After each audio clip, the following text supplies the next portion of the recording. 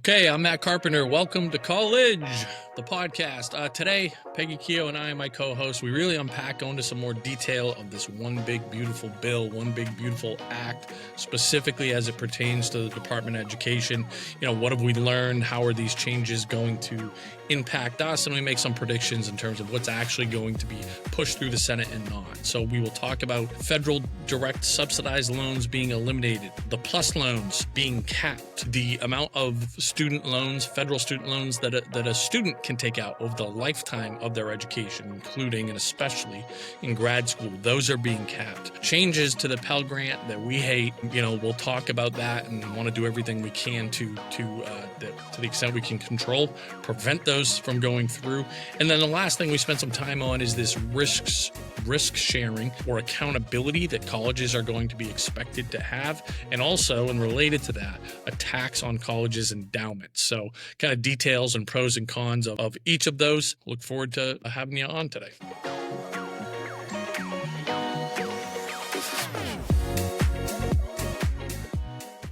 Hi, Peggy. Hi, how are you? Well, I like your new setup. Thank you. I know.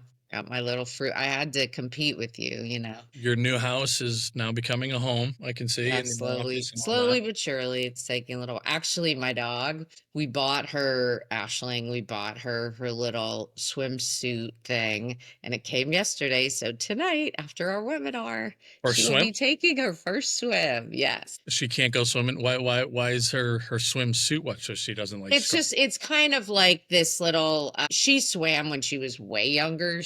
She'll probably remember when she's in the water, but bull mastiffs are so heavy. Like she could do it, but she'd start sinking. I mean, because she has so much muscle mass to keep up.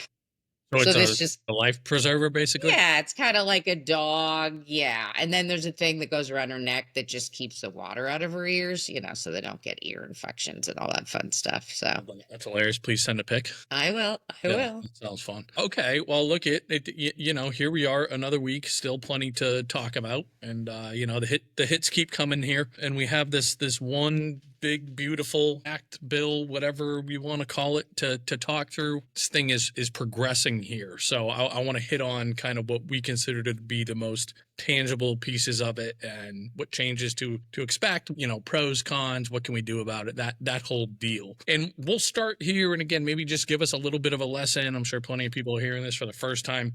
It's being proposed to eliminate the federal direct subsidized loan. So if you could just talk us through, like, what is it? And then, any thoughts or commentary. Yeah. So in my mind, the only real, and if you're watching us, I have my little finger quotes, student loan out there is called federal direct student loan. So there's two versions. This all kids are eligible for as long as the FAFSA is submitted. That's all they need to do. And it's only in their name. That's why I'm saying, in my mind, that's really the only thing that really is a student loan. Everything else, there's co-signers and some other loans. They aren't even the student's loan. It's the parent responsibility. So the subsidized version, basically the government is paying the interest until 6 months after the student graduates. So it's a no-brainer to take it if you're eligible. You have to have need-based aid eligibility on the federal level to get it. That is one of the things that the House has passed, that's going to go bye-bye. Not surprising to me at all. I thought that would probably be on the chopping block. It's a big hit for people that have need. It basically totals over 4 years if you're eligible every year to the maximum degree, unless you're a special circumstance like an independent student or something. It's 19,000 for 4 years. So it's not, if you're going to a school that costs 50 up to 100,000 bucks, it's not paying the bill, but it helps. It helps. And you can graduate, get a good job and pay it off, and you paid no interest. So that part's going away. The federal direct student loan is not going away, but that version of it. So it'll be all unsubsidized. And this is, we need to share, this was passed by the House. Now it's going to the Senate. So it's not a done deal. President Trump hasn't signed the bill. This is just, it made its first hurdle out of the House, and now it's on to the Senate. The Senate tends to be more, I mean, I don't know that liberal is the right term, but more moderate, maybe. Some things like that might get thrown out, we'll see. but it definitely went through. So the unsubsidized version is still around, which totals 27,000 across the board for the 4 years with that 19 included in there. So you All want to right, add anything to that? one word answer, Peggy. Does it pass through Senate? This one, yay or nay? I'm thinking nay because they've come out in the past and said they like this. It's not excessive debt. It's another 19,000 and it's helping low income families. I mean, it's just and that's the Senate tends to be more open to that plus. But the one thing to keep in mind is they This can't is not a one-word filibuster. answer. This is not a What? one.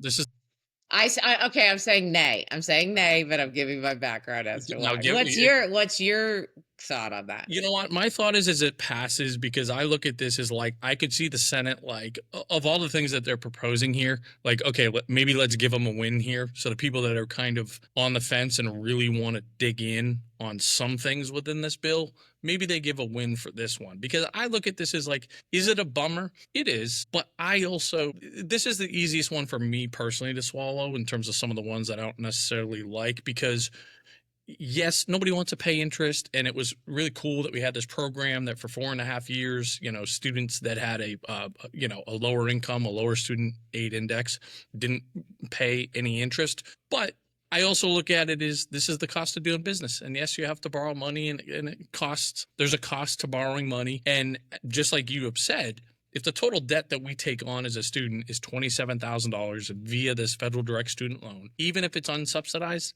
that's still a successful outcome, right? Even with the interest that's going to go be attached to that. So long as we graduate right with an undergraduate degree, if that's our outcome, that's a win. So that's why I'm okay with it. Again, it wouldn't be my preference, but if some of these changes that aren't necessarily advantageous to the end users, this one I can live with. Yeah, and realize too, everybody, if this does go through the Senate and Trump signs it, this is all July 2026. So it's not, if you have a child who's about to go to college, it's not this fall, but it's important to keep this in mind when you're doing your planning because there's a lot of uncertainty as far as if you're doing a 4 year view of how you're going to cover things. And we're going to talk about a few things right now that add some uncertainty too. So you really want to understand this stuff because you're making decisions about where to send your child to school potentially, or your child's already in college and you're planning about how you're going to cover it. And I know it's hard. There's uncertainty Yeah. across the board. And the only other thing I'll layer in here is that I think, until further notice, we're still going to recommend that families that need to borrow start here. I will just say it's a little bit less of a no brainer than it has been historically for a few reasons. Number one, if this passes, okay, the fact that we're not going to have a subsidized option, nobody makes it a little bit less attractive. But right now, the rate's what, 6.5%? Right. So some families that have a really strong credit score and a strong, application for private options, potentially, you could get a better rate. Right. In the private sector than even this, 6.5%. Again, that's going to require a cosigner. So I'm not taking that leap to say we're going to say don't take the federal direct student loan. It's just becoming a little bit less of a no brainer than it has been historically. Again, especially with You got to remember too, Matt, variable versus fixed interest rate. So the government, it's fixed, which you don't have the interest rate risk too. So and I don't know, in the private market, I've seen crazy stuff in the last couple of of years, course. people that are great risks Yeah. getting very high interest rates. So I don't know what's going on. And thanks for bringing that up. Actually, the new loan rates are out for Mm. the 25-26 school year. So it was six. It's not a significant change, which wasn't a surprise to us, but it was 6.53% for the undergraduate. Now it's 6.39%. So it went down a little, which is what we would have expected, but nothing that's going to be super meaningful to you. If you're taking out, say this passes and you're taking out unsub loans throughout the life, I mean, that difference is not massive. It's all based on the 10-year treasury note. And we just haven't had a lot. The Fed messed with interest rates a little bit earlier this year, but now with the new administration, they've been holding steady. So Yeah. Okay. And then talk to us a little bit about this. They're proposing to limit plus loans, right? So give us another quick refresher on what plus loans are, and then just talk through these proposed changes. Yeah, so we keep calling them parent plus loans. They call them plus loans, but they're parent loans. It's a parent's loan. So one parent, if you're married or not married, one parent applies super fast. And in the past, it's always been super easy to get it. It's with people that have bad credit, they can turn here, that's problematic in many ways. But it's a loan the parent takes out. And until now, a school, and this is a problem, the colleges, when they admit a student and give them this financial aid package, they say, okay, we cost 80, here's your scholarship for 20, now we're down to 60, here's your federal direct student loans, now we're down to 55. Oh, don't worry, here's your parent loan for 55,000 and it's all covered. That's what they have been allowed to put on the award letters, and some of them literally do, not all of them. And then they say zero, like it's covered. Well, the government is capping it. I mean, my thoughts on this, Matt. I mean, I know there's some positives to this, but I think the negatives of this loan and what it allows people to do, which is usually detrimental to them, way outweighs the positives.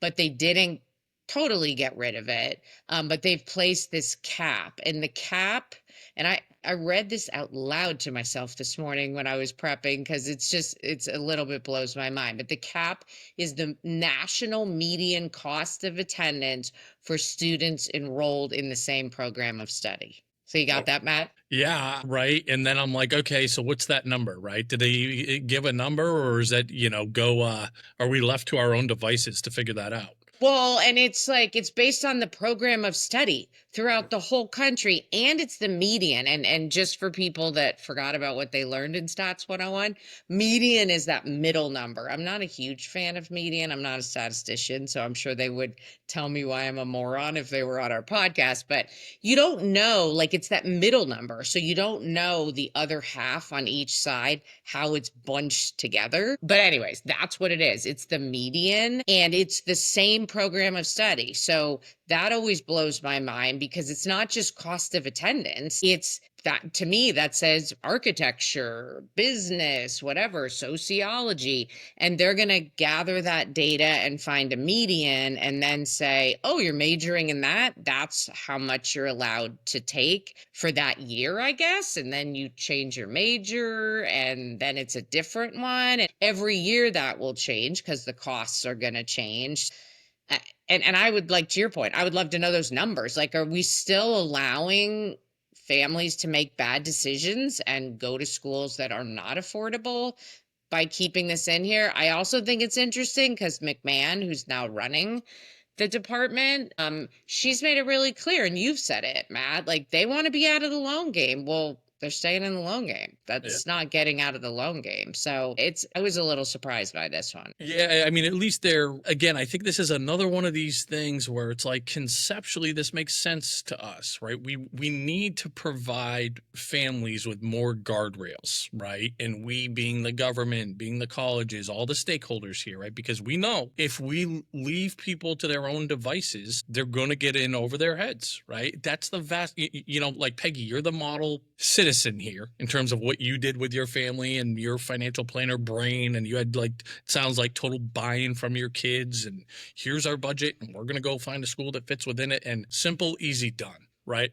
But you're also an outlier, right? Yes, there's a percentage of the population that, has that, I guess, ability and whatever to have it play out that way. And we try to teach that model, right, to everybody that we get in front of. But we just know, and I always use myself as an example. If somebody told me, like, hey, go pick out your favorite house and we'll just give you the loan for it, I would get in over my head, right? I need somebody to, and I think I represent kind of the masses. I would need somebody to say, listen, brother, you got to find a house that's below 400 or whatever, because based on your current income and your savings, the math doesn't look good for you or for us as the lender. Right. And we just need that concept in this space. So I think this gets us maybe an iteration better in terms of saying, like, no, consumer, we're not going to give you a blank check to go to whatever college for whatever dollar amount. Okay. Or college. We're not going to allow you to serve that blank check up to these Took the words out of my families. mouth, right? I mean, and domino that could happen here, that should happen here, if certain things kind of keep progressing this way. If the colleges know they're no longer getting a blank check, they're going to have to bake that into their pricing model, right? And short answer is that should drive the prices down, right? If this kind of works effectively, which again, in theory, it should. But I also think it's another example of like, if you and I are who live in this every single day and have been doing this for, all or the better part of our careers, are looking at this going, okay, so what the hell does this mean? Like, it's just, that confusion is going to come in. Right. And this is Well, and just you think about they're saying costs of attendance, which is tuition, fees, room and board, books, the whole. So we know some schools are over 100,000, and then you've got state schools that are 40,000, 50,000 out of state, and even much less in state, right? So the median is all of those meshed together. So if somebody gets into, say, the architecture program at Syracuse, well, that's a lot more expensive than, and I don't have one off the top of my head, but an architecture program at maybe a state school that's cheap. Like I think Cal Poly, right, has architecture, right? So if you're a California kid or even out of state, it's way cheaper than Syracuse. That kid who wants to go to Syracuse, they're going to tell the parents, hey, you're capped based on this median that brings in these other programs that are much cheaper. For Syracuse, it's like, all right, we can't offer that whole difference. And we might hopefully have more families saying, hey, this isn't affordable, go elsewhere. And to your point, they might slowly have to think about what they're charging, if they're going to lose, deposit checks and their yields go down. So it's going to be interesting to see how this plays out if this, comes to fruition. But I think anything that caps this is not a bad thing. It's better than just leaving it alone. I was just kind of surprised because they kept saying they want to be out of the loan game. And I figured if they were going to do it, the first thing on the chopping block would be this, not the federal direct student loans. So anyways, but that's what's in here, and that's what's passed the House. Yeah, so they did. It'd be interesting to know, the inside baseball, why, initially I guess they didn't go as aggressively as they teased, which was to, pull back plus loans altogether, right? Again, those would be just interesting conversations. Did they look at how many folks kind of had to take that loan based on their credit score? Did that have a lot to do with it? Again, we're totally speculating. Is it pretty good for business, even though they have a lot of defaults here? Is it still, ultimately this is a good business to be in for the federal government? And again, these are some of the hypotheses that are floating through Yeah, my head. just FYI, with the new loan rates, that one dropped again a little. It went from 9.08 to 8.94, so not a huge drop. So it's still expensive, and as you've mentioned, Matt, if you have good credit, you should be able to do much better in Yeah, the private market than the parent plus loan. that's But right. it's fixed. It's fixed. Yep. The government Yep. loan is fixed. So Okay, so this kind of next topic we're hitting on here, same theme in terms of guardrails, limits that the federal government is going to put on borrowers and specifically students, right? And I think this is more trying to address grad school debt and grad school costs, but talk about these limits the federal governments are placing on the student borrowers themselves. So the overall lifetime student loan limit is 200,000 for a single borrower across all the, not federal loans, just across all the different loan types. So that could get a little tricky even if you get out of undergrad. Maybe they'll have some little exceptions for like med I hold school. on. Let me break in here, Peggy, because I obviously I missed this. So I had thought it was just for federal loans. They were saying we're capping it.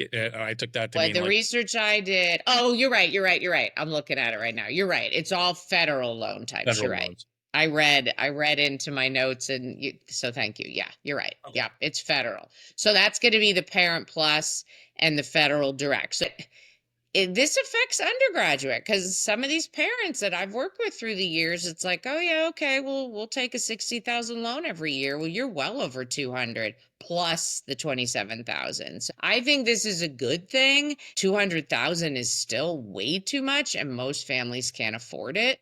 But at least they're trying to cap this, and I think that the spirit of that is good. Yeah, it's interesting to me too because I look at it as like the grad plus, right? So students who want to go be a doctor, an attorney, right? But I think Rosie's law school was around 200 or something like that over the course of maybe it's a little I bit know. less. And Yeah, then med school, I mean, so that's what I'm saying. Maybe they have, I mean, these orthodontists, I mean, most of the doctors I know, they're well into their 40s and they're still making loan payments.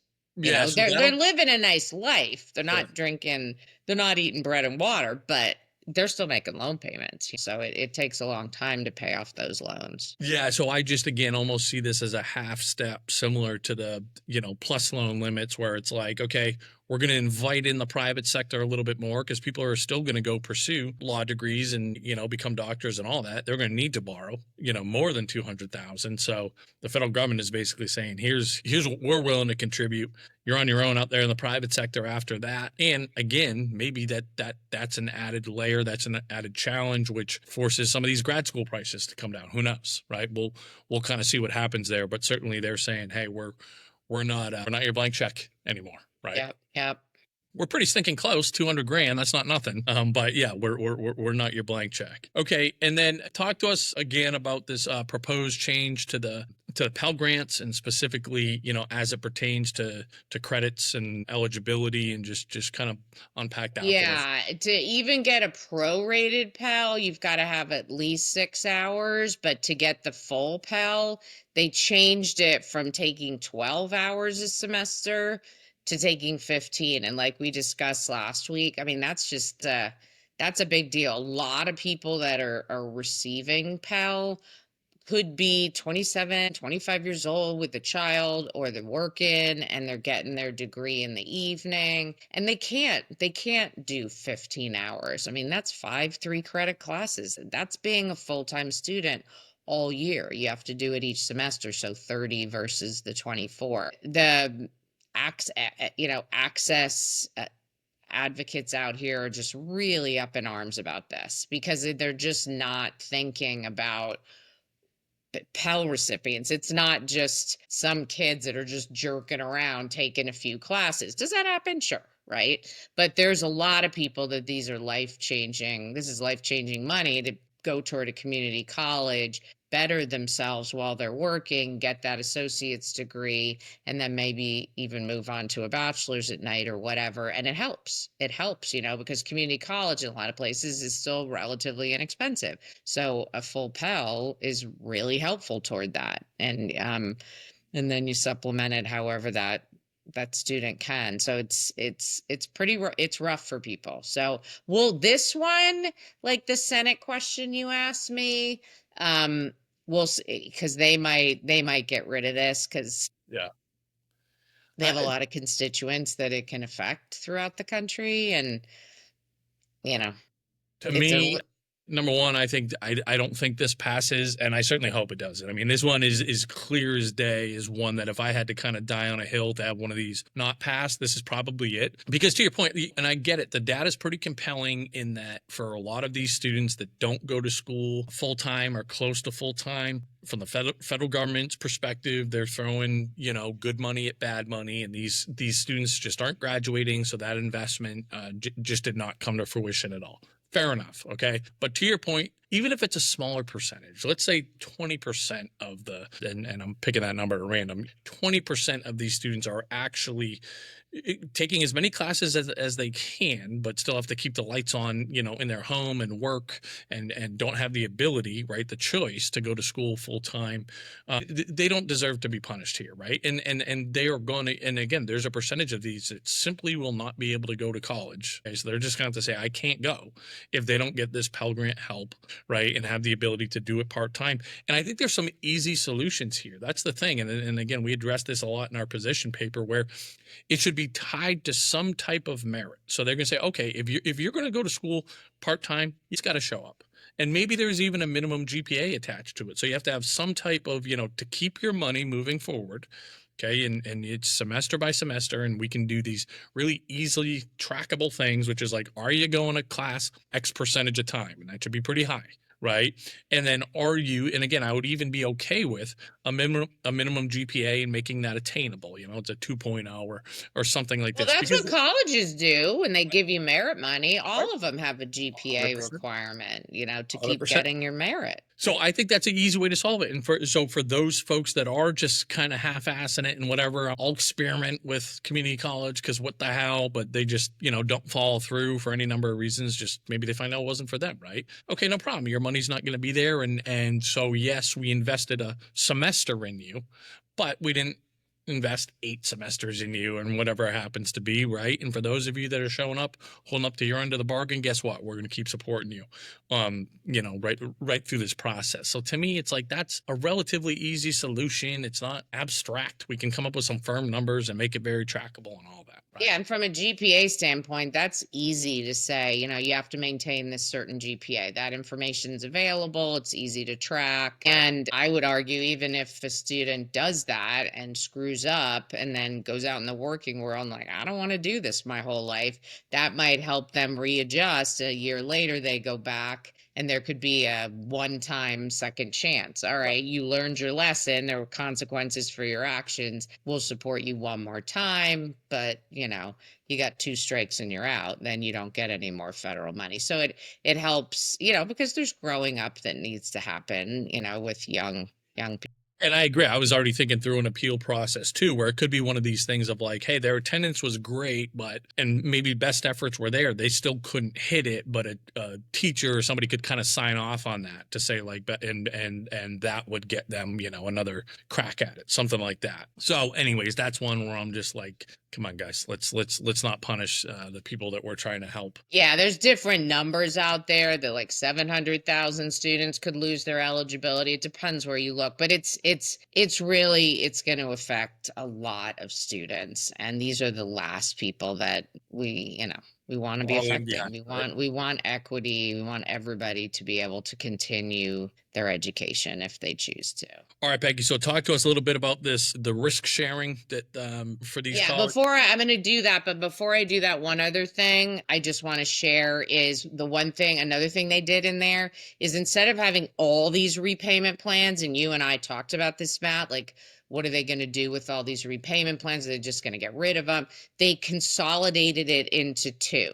So basically, there's your standard repayment plan, and then there's a repayment plan. They're calling it IDR, which is the same name, income driven repayment. So they didn't completely get rid of it. So it allows borrowers with lower income to make payments capped at 10% of their income. And they will waive the interest if the monthly payment, as long as they're making on-time payments, the student, and the monthly payment does not cover interest, they will waive the interest, because otherwise, just for our listeners, if your payment is not covering your interest, then you keep making payments and you look at your statement and your loan just keeps getting bigger and bigger and bigger. And I can't imagine. That must be so demoralizing. So I was happy to see that. They are putting an IDR in there, and they are trying to help people that get out, have lower income. But it's very cleaned up. So those are the 2 options. So just wanted to share that with everybody. Yeah, that's a win. That's a win. Thank you for flagging that.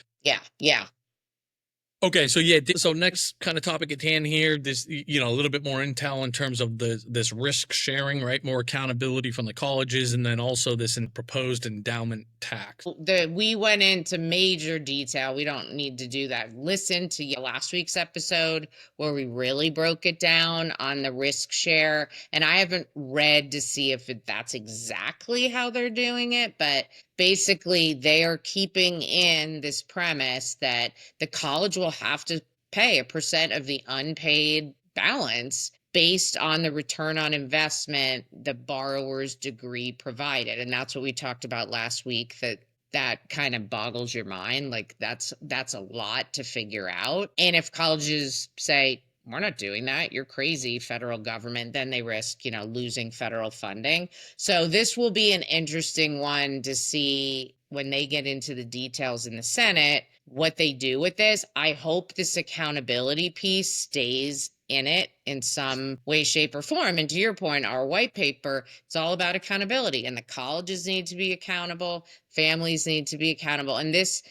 helps the colleges, kind of nudges them to be more accountable here. So that survived and passed. Yeah, I love it. I mean, again, another one of these things, great conceptually, so freaking complicated. Where it's like, I feel like, again, we got to insert ourselves in there and be like, guys, you got to simplify this stuff, because if people just get, paralysis by analysis, it doesn't have a chance, right? These great concepts can't take off if the colleges don't understand them, the end users don't understand them, and I guess these policymakers and lawyers or whatever the hell, they understand them, right? But or even professionals, experts, you and I in this space are looking at this stuff going like, okay, I get it high level, but when we talk through the details here, what the hell am I looking at?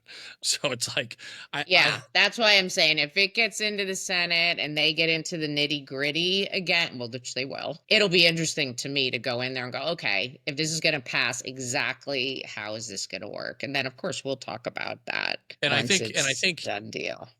I don't think this proposal is doing itself any favors in that sense. Because again, if I'm a lot of these senators, I'm kind of like, well, if I can't understand it, I can't really sign off on it, even if I like the concept, right? Because I don't even understand exactly. Well, what I'm and these bills that they get, I mean, what I've heard is they get actually rolled in on a cart. I mean, there's so many pages, and the senators have all their assistants or whatever they call them dissecting and reading different sections and saying, "Hey, this is what this section says." This, yeah. But to your point, yeah, it's a lot to understand. And the thing is, these guys are politicians. Unless they have kids in the system, they don't really know how it works. And maybe they didn't even know how it works, even if they had kids in the system, because they just wrote a full check, And that's where, without having people that really are boots on the ground that understand what's going on, and then you make legislation that can cause problems too. So, Yep, 100%.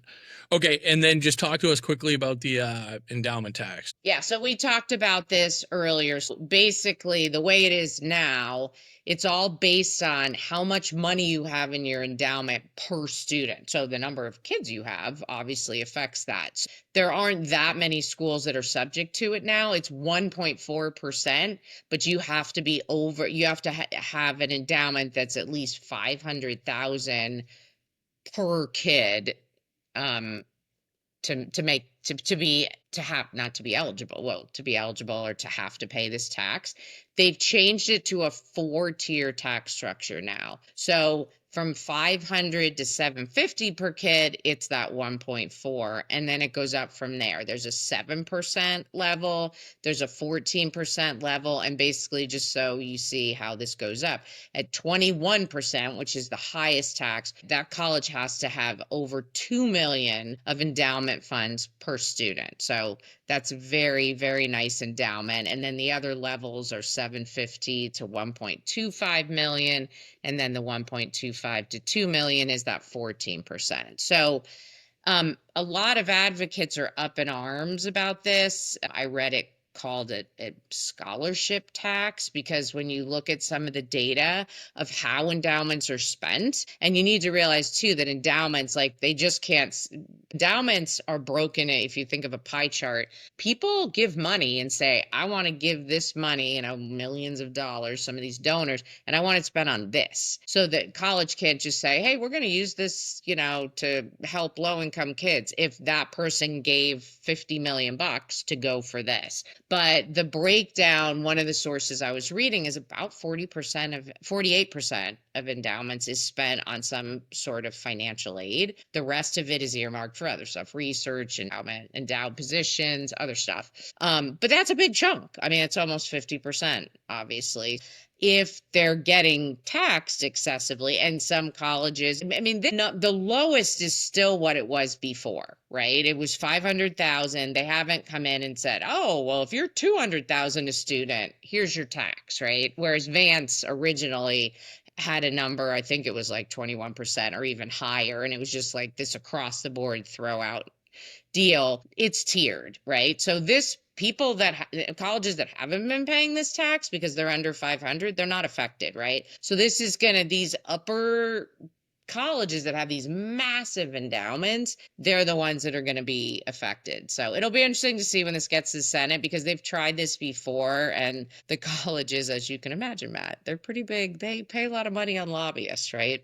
So Yeah, it's look. I mean, stop me if you've heard this. I like this in theory, but like the devil's in the details here. I mean, one of the biggest problems with colleges, right? I think one of the biggest knocks on them from our perspective, and I don't think we're alone here, is this almost it's such a bragging right how many students that you reject. Right. Colleges, we rejected, everybody's celebrating it. We rejected 96% of students here. Right. And colleges are making major investments to send these glossy brochures to households that they know are never going to be accepted. They have zero chance to be accepted to school, but you get the glossy brochure from this dream institution. I've I had feel like parents say to me, Peg, we got this thing from Harvard. I'm like, yeah, you did. They're marketing, right? It doesn't mean your and kid's going to get into Harvard. they might love us. I'm sure that Harvard is not going to send us to just anyone. Of course, we're picking on Harvard. They're not alone here. Oh, no, they all do And it. then you apply, and of course you get rejected, and that just helps their numbers. And again, these schools are competing with one another to say how great they are by how many students they reject. And these schools, these are supposed to be nonprofit institutions that are, places of higher learning. And as a part of that, they should be doing everything that they can to expand access, not just financially, but admissions as well. Both, right? So it's like, if you're not working towards that end goal, we're going to tax your ass. That's simple, right? And this is a way that it does that, to say, expand your freaking seats, Harvard, expand your freaking seats, some of these UCs and Stanford and whatever, right? Like give some other people a shot here. And again, we just kind of have to flip that rhetoric on its head, that it's such a bragging right of how many people we reject each year. And again, Well, if and why that is an indicator that a school is good. I remember I was at a conference years ago, and the guy said there was so much research to show that there's no correlation between the selectivity of the school and the quality of the teaching. And I thought, I'm gonna say that over and over, and I've been doing it for like, it was probably 10 years ago. I mean, that's a whole nother podcast in and of itself, that why the selectivity even matters, except for cocktail bragging. Yeah, and I like that this discussion is becoming a little bit more public, where it's like, how are we saying we're all about accessibility and access, but at the other side of our mouth, we're front and center on our brochures and our website is our 4% acceptance rate, right? It's like, which one are you guys? Because if you're this one, again, we're gonna friggin' tax your ass. It's that simple. So, I like it again in terms of how we're actually executing this. Again, I'm scratching my head, the more we get into the Well, details. But they have it in place already with the existing one. So this right. one to me is an easier one to implement. Maybe, I don't know. I could see this going through. Maybe the Senate tweaks some of the tiers, but you don't have these schools with smaller endowments shaking in their boots, because Yeah. it's still that 500 level and Uh-huh. up. So if they weren't paying it before, then they're good to go, right? It's Yep. that's not going to change. So Yep. All right, Peggy. Look, I think we covered a lot here, so let's take it easy on these guys. Obviously, always lots to talk about. I'm sure next week will be no different. But guys, if you got anything out of this, if you get any value, please follow us wherever you listen to your podcasts. Share us, Peggy. Any words of wisdom here as we get I through? would just say in closing, like if you're starting to plan with your kids and you have high school kids, I know this is a lot, and uncertainty is just really hard, and change and all this, but I mean, I always told my kids, like, the only thing you can count on in life is change, and most of it you can't control. So you got to learn how to deal with it. But like Matt and I always say, like, you got to get your hands around this. If you have a child in college, also, like, you can be in the driver's seat, but you have to kind of own it. You got to own it, or you got to get help to own it, because it's not something you want to just drift through. And I know as we talk about all this stuff, it's like, well, what's going to happen and how's that going to affect us? And if we need those loans and they're gone or they're this, but hopefully this is helping you start to think about how can I play in this sandbox and kind of understand the world I live in and just control the controllables and one step at a time. And you'll get there. You said it, sister. We'll end on that. Peggy, have a great rest of your day, and hopefully we'll see everybody tune in a week from now. All right. Take care. Bye, everybody. Okay, thanks for listening to us, everybody. If you get anything out of the podcast, please like us, please follow us, please share us with your friends. Today's co-host was Peggy Keogh, as usual, the fairy godmother of financial aid. Today's episode was both produced and edited by Eileen Campbell. I'm Matt Carpenter. Thank you.